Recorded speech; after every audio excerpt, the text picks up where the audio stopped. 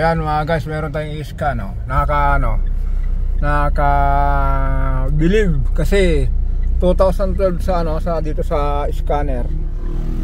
Tapos yung ano niya, yung tinakbo niya 60,000. Pero walang daya mga guys. Kung ano po yung nasa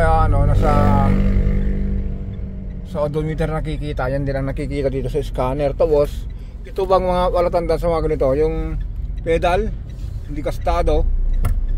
Yan o, clutch saka tapos yung accelerator, kaya yung tinakbo niyan eksakto. Tapos itong knob niya andyan pa yung dot. Ibig sabihin mga guys, kung ano yung tinakbo niya, hindi gaano kastado, hindi gaano ginagamit, hindi nahawakan, hindi rin gaano inawakan yan.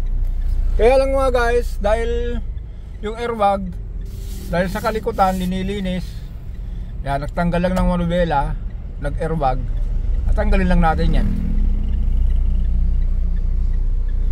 Nga airbag clear lang natin, sana makuha sa clear.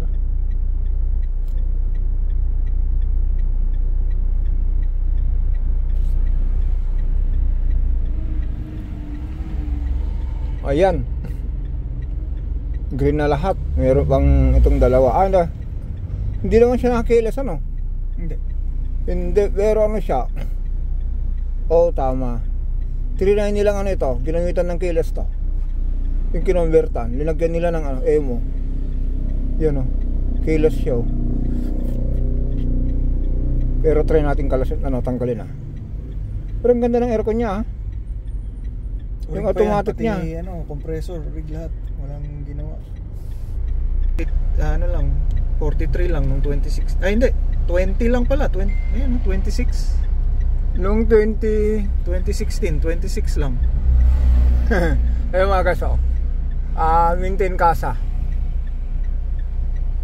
Kaya kung ito pangbenta ito, na makaswerte yung makabili.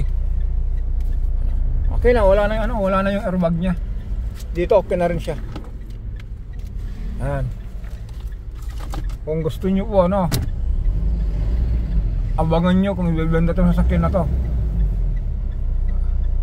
Baka swerte yung makabili. Ulitin natin, 2012 nag-average sila ng 5,000 yearly.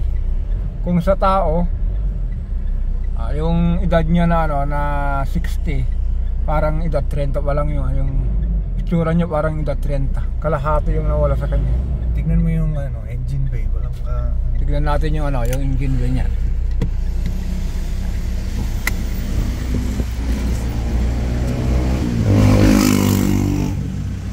Montero mga guys to.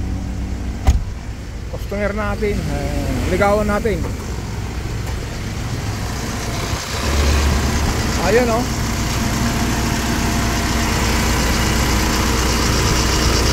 dati yung convert niya original, Mitsubishi pa.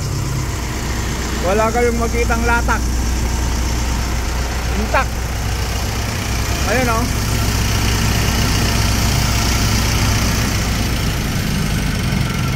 saka yung mapansin nyo ba, yung pag automatic niya ng aircon, yung interval niya normal.